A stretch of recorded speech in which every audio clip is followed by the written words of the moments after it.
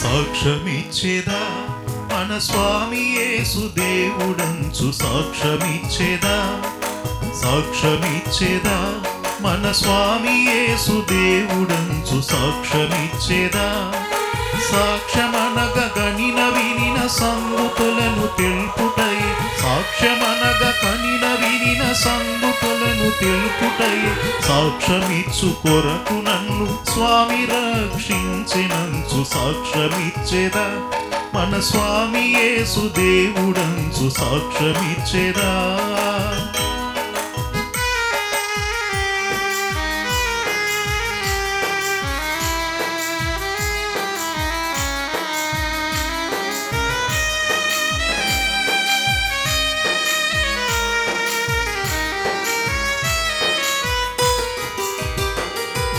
దిక్కుదెసయులేని నన్ను దేవుడెంతో కనికరించి దిక్కుదెసయులేని నన్ను దేవుడెంతో కనికరించి మక్కువతో నాకు నెట్లు మనశ్శాంతినిచ్చినాడు సాక్ష్యమిచ్చేదా మన స్వామి యేసు దేవుడంచు సాక్ష్యమిచ్చేదా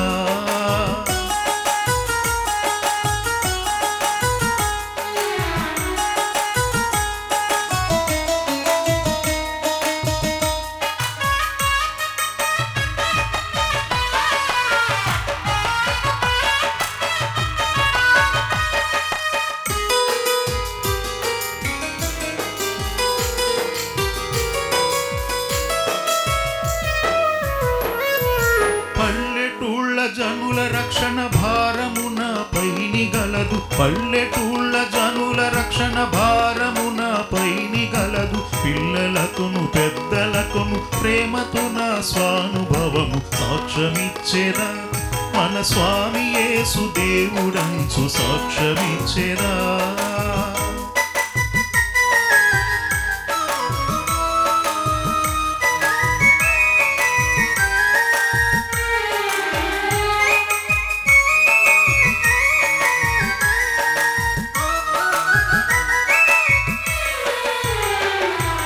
బోధ చేయలేను వాదములకు బోను నాకదేల బోధ చేయలేను వాదములకు బోను నాకదేల నాదుడేసు ప్రభును గూర్చి నాకు తెలిసినంత వరకు సాక్ష్యమిచ్చేదా మన స్వామి యేసు దేవుడనుచు సాక్ష్యమిచ్చేదా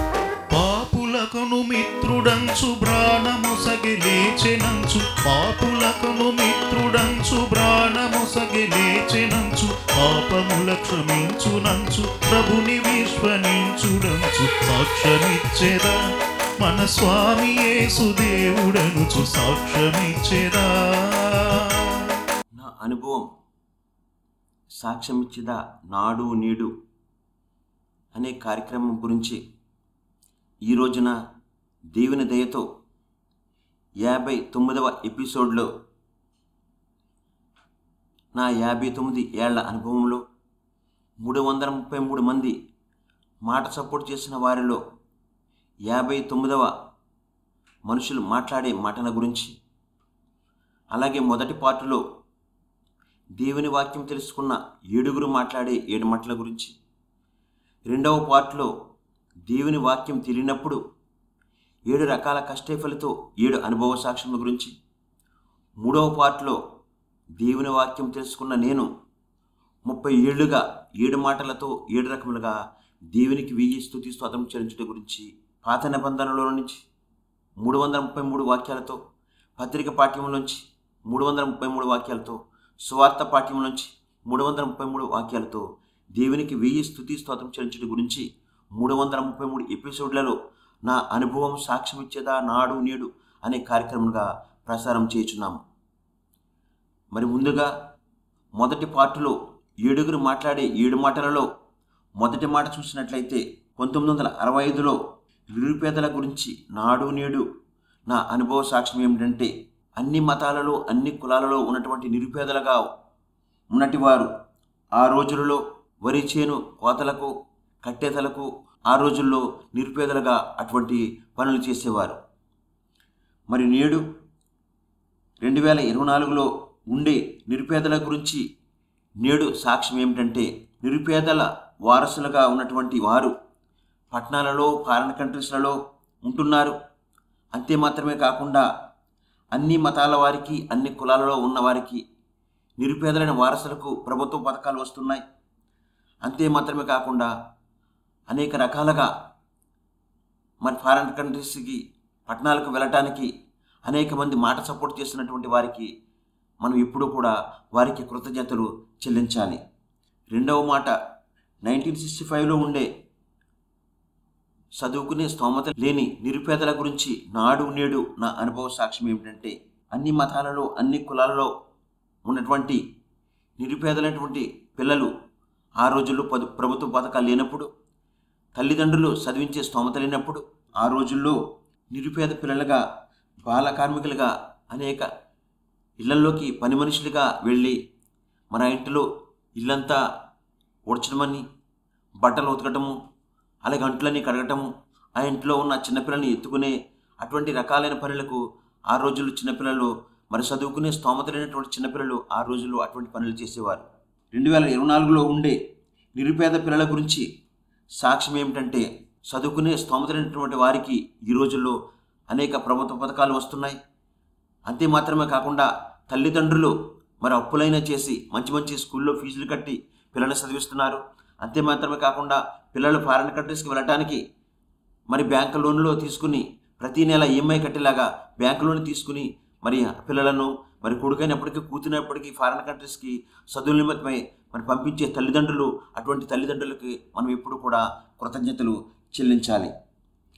అలాగే మూడో మాట, 1965లో ఉండే వృద్ధుల గురించి నాడు నేడు నా అనుభవ సాక్ష్యం ఏమిటంటే, మరి నాడు వృద్ధులు, వికలాంగులు, విధవరాండ్రులు అన్ని మతాల్లోనూ అన్ని కులాలలో ఉండే వారికి ఆ రోజుల్లో ప్రభుత్వ పథకాలు లేనప్పుడు, ప్రభుత్వ పథకాలు రానప్పుడు ప్రతి కుటుంబంలో ఉండే చిన్న అక్క అయిన వారు వారిని సరిగా చూడకుండా, సరైన భోజనం పెట్టకుండా, మరి చాలా నీచంగా చూస్తూ ఆ రోజుల్లో మరి చిన్న అక్కగా ఉన్నటువంటి ఆమె మరి వృద్ధులను, విధవరాండ్రులను, వికలాంగులను తీసుకెళ్ళి ఆ రోజుల్లో మరి అనాథాశ్రమంలో పెట్టేవారు.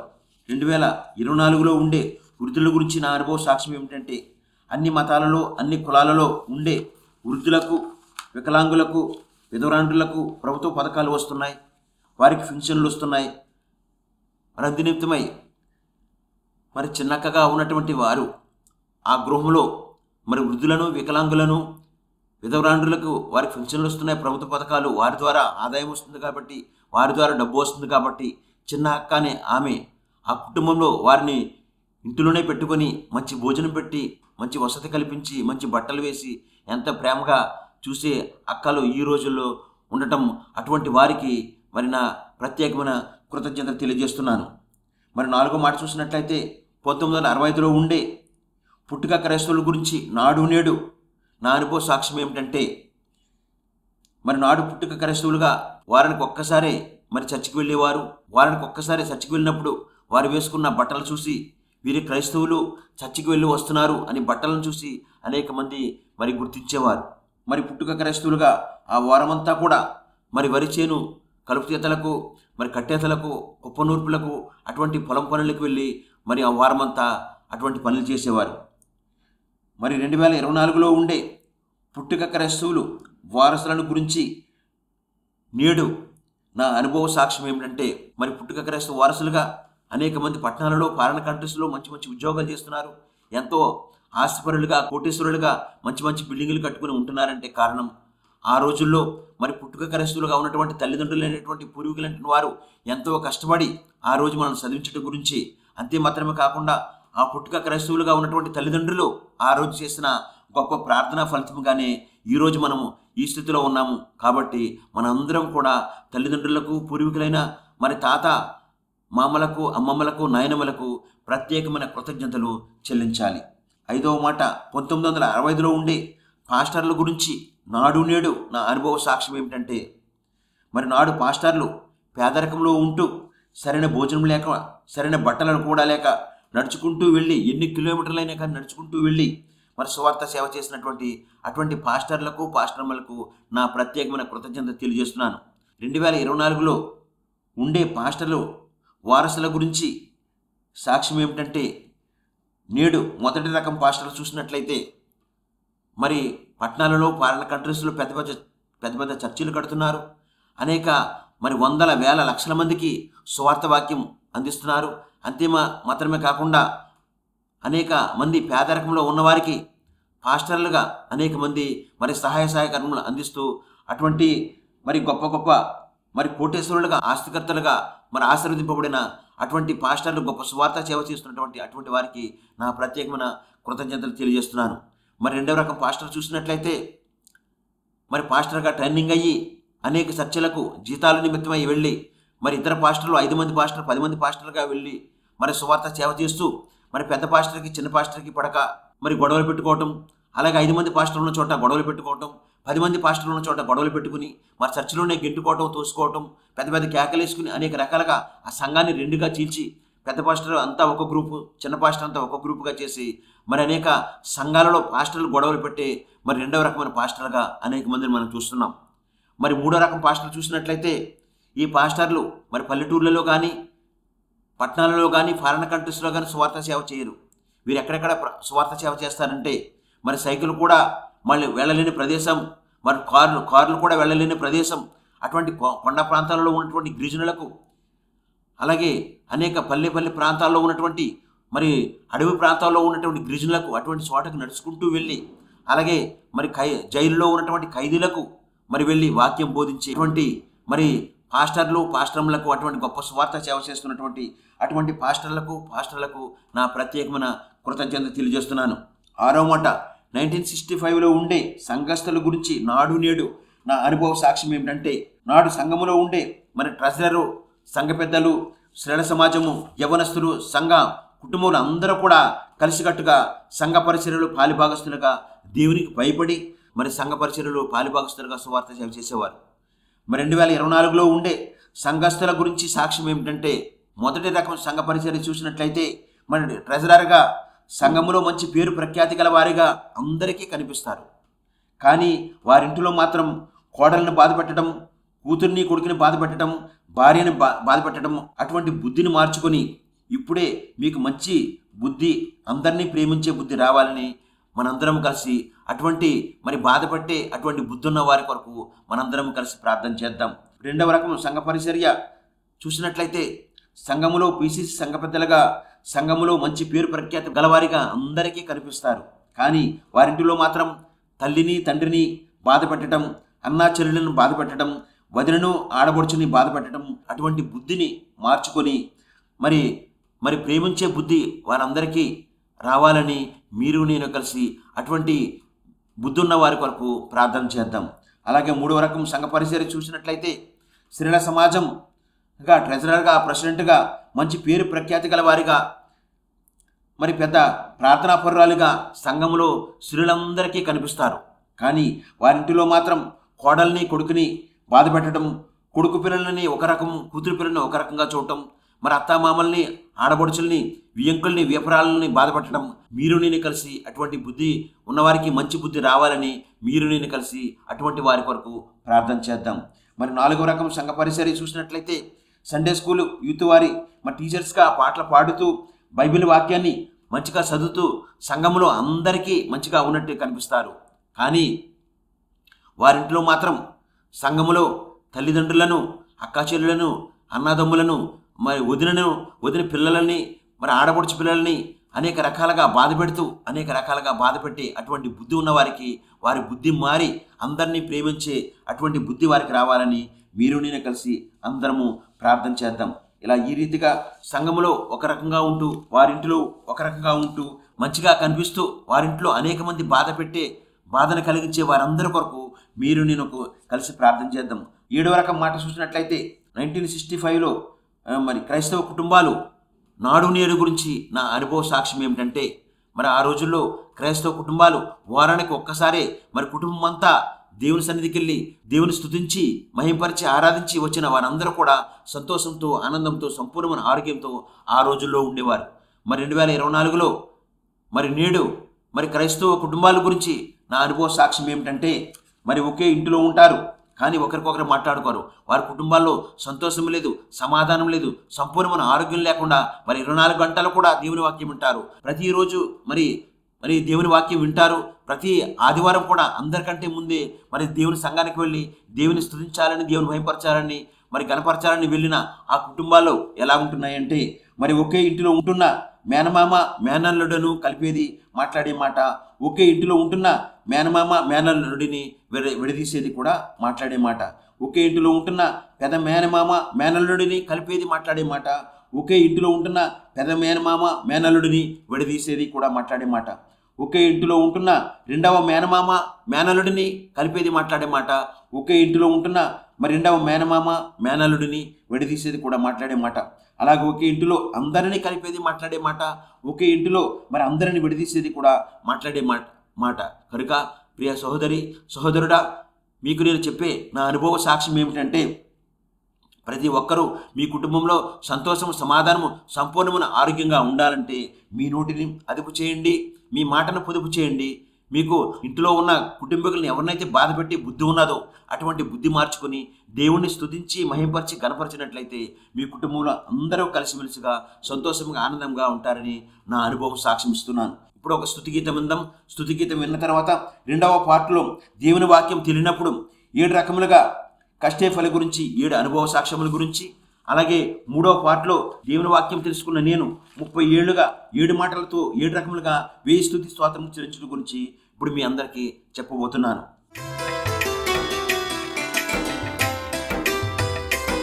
దేవునికి స్తోత్రము గానము చేయుటయే మంచిది, మనమందరము స్తుతి గానము చేయుటయే మంచిది. దేవునికి స్తోత్రము గానము చేయుటయే మంచిది, మనమందరము స్తుతి గానము చేయుటయే మంచిది.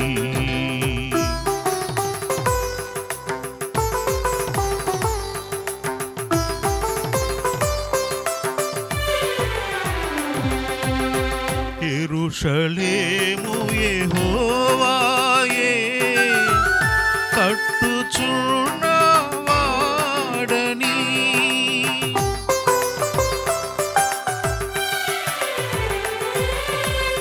యెరూషలేము యెహోవాయే కట్టుచున్నవాడని, ఇశ్రాయేలీయులను పోగు చేయువాడని, ఇశ్రాయేలీయులను పోగు చేయువాడని. దేవునికి స్తోత్రము గానము చేయుటయే మంచిది.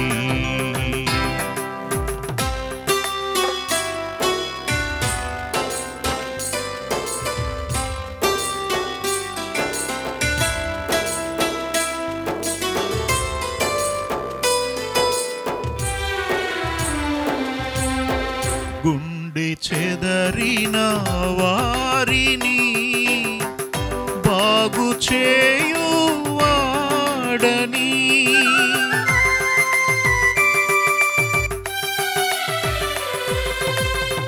గుండె చెదరిన వారిని బాగు చేయువాడని, వారి గాయములన్నీయు కట్టుచున్నవాడని, వారి గాయములన్నీయు కట్టుచున్నవాడని దేవునికి స్తోత్రము గానము చేయుటయే మంచిది. నక్షత్రముల సంఖ్యను ఆయనే నియమించెను, వాటి కన్నీయు పేరులు పెట్టుచున్నవాడని, వాటి కన్నీయు పేరులు పెట్టుచున్నవాడని దేవునికి స్తోత్రము గానము చేయుటయే మంచిది. రెండవ పార్ట్లో దేవుని వాక్యం తెలియనప్పుడు 7 రకాల కష్టఫల గురించి 7 రకాల అనుభవ సాక్ష్యం ఏమిటంటే, మొదటి అనుభవ సాక్ష్యం 1965 నుండి 2024 వరకు నా 59 ఏళ్ల అనుభవంలో 333 మంది మనుషులు మాట సపోర్ట్ చేసిన వారిలో మరి 59వ మాటను మాట్లాడిన వారు ఆనందమ్మ గంగా జలమ్మ చెస్టర్. వారి మాట సపోర్ట్ చేసిన వారికి నా ప్రత్యేకమైన కృతజ్ఞత తెలియజేస్తున్నాను. ప్రభునందు నిద్రించిన మరి పూర్వీకులైన వారికి పాదాభివందనాలు తెలియజేస్తున్నాను. రెండవ అనుభవ సాక్ష్యం మరి 1987లో నాడు దేవుని వాక్యం తెలియనప్పుడు హైదరాబాద్లో నిరుద్యోగ సమస్యతో మరి తిండి లేక, ఉండటానికి రూము లేక, వంట చేసుకోవడానికి సామాన్ల కూడా లేక, తిరిగి వెళ్ళటానికి కూడా సార్జీలిక డబ్బులు లేక, మరి 6 నెలలుగా భోజనం లేక, అనేక రకాల మరి నిరుద్యోగ సమస్యతో హైదరాబాద్లో నేను బాధపడటం జరిగింది. మరి మూడవ అనుభవ సాక్ష్యం చూసినట్లయితే 1988లో నాడు ఏమిటంటే, దేవుని వాక్యం తెలియనప్పుడు మరి హైదరాబాద్లో మరి ఆర్థిక సమస్యలతో బాధపడినప్పుడు మాటిమాటికి మరి డబ్బులు సరిపోక అప్పులు చేసి ప్రతి వారానికి వడ్డీలు కట్టడం, నెలకు వడ్డీలు కట్టే విధంగా అటువంటి పరిస్థితి ఆ రోజుల్లో నాకు ఉండేది.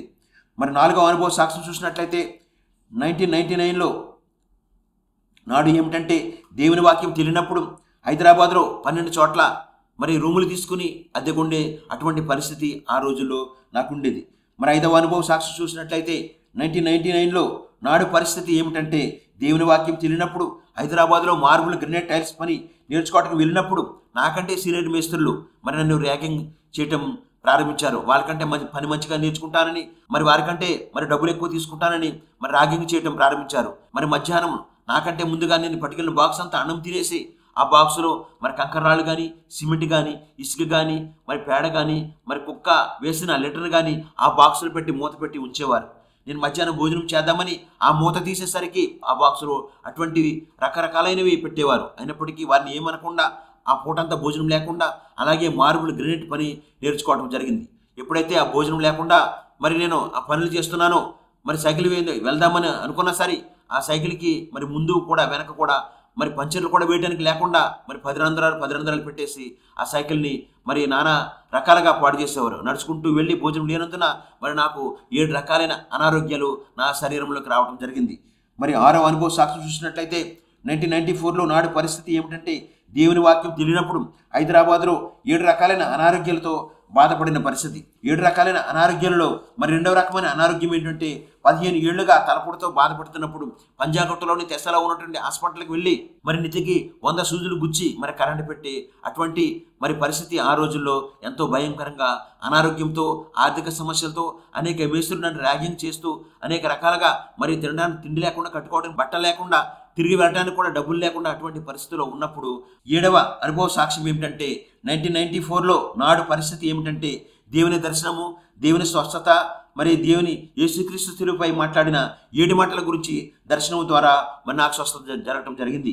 మరి మొదటగా మరి యేసుక్రీస్తు శిలువలో మాట్లాడిన 7 మాటల కంటే ముందుగా నేను తెలుసుకున్నది ఏమిటంటే, మొదటగా మరి 150 కేజీల బరువు గల శిలువను, రెండవదిగా 15 అడుగుల ఎత్తుగల శిలువను, మూడవదిగా 8 అడుగుల వెడల్పు గల శిలువను మోస్తూ, నాలుగవదిగా 350 మంది సైనికులతో, ఐదవదిగా 50 గుర్రపు రౌతులతో, ఆరవదిగా 3 సార్లు మరి కిందకి పడిపోవటం, ఏడవదిగా 5480 శరీరంపై గాయములతో, 8వదిగా 17 తలలో లోతైన గాయములతో, 9వదిగా 17 గంటల పాటు నీరు లేకుండా ఉండటం, 10వదిగా 150 మరి వీపుపైన గాయములతో, 11వదిగా 6.5 లీటర్లు రక్తం చిందించి, 12వదిగా శిలువపై మాట్లాడిన 7 మాటలలో మరి 2వ మాట మరి చూసినట్లయితే లూకాసు వార్త 23వ అధ్యాయం 43వ వచనంలో, నేడు నీవు నాతో కూడా పరదేశంలో ఉందని నిశ్చయముగా నీతో చెప్పుచున్నాను. యేసుక్రీస్తు శిలువపై మాట్లాడిన 7 మాటలకు బదులుగా మరి నేను కూడా దేవుని స్తుతించాలి, మహింపరచాలి, గణపరచాలని 7 రకములుగా ఏ రకంగా స్తుతించానంటే, 3వ పార్ట్లో దేవుని వాక్యం సంబంధం కలిగి 7 మాటలతో 7 రకములుగా 1000 స్తోత్రం చెల్లించడం గురించి, మరి మొదటి మాటతో దేవునికి ప్రతి ఉదయం స్తుతించడం కొరకు పాత నిబంధనలో 39 గ్రంథముల నుండి 333 స్తుతించే వాక్యంలో 59వ స్తోత్రం, ఆది కాండము 31వ అధ్యాయం 42వ వచనంలో, ఇస్సాకు భయపడిన దేవుడమైన దేవా మీకే స్తుతి స్తోత్రములు చెల్లించమని ప్రతిరోజు మనం దేవుని స్తుతించడం ద్వారా మన కుటుంబంలో సంతోషం కలుగుతుంది. 2వ మాటతో దేవునికి ప్రతి మధ్యాహ్నమున మహిమపరచడం కొరకు పత్రిక పాఠ్యములోని 23 గ్రంథములో నుండి 333 స్తుతించే వాక్యంలో 59వ స్తోత్రం, మొదటి కొరింథీయులకు రాసిన పత్రిక 12వ అధ్యాయం 5వ వచనంలో, ఒక్కడే ప్రభువైన దేవా మీకే స్తుతి స్తోత్రం చెల్లించమని దేవుణ్ణి మరి స్తుతించడం ద్వారా మన కుటుంబంలో సమాధానం కలుగుతుందని నా అనుభవం సాక్ష్యం ఇస్తున్నాను.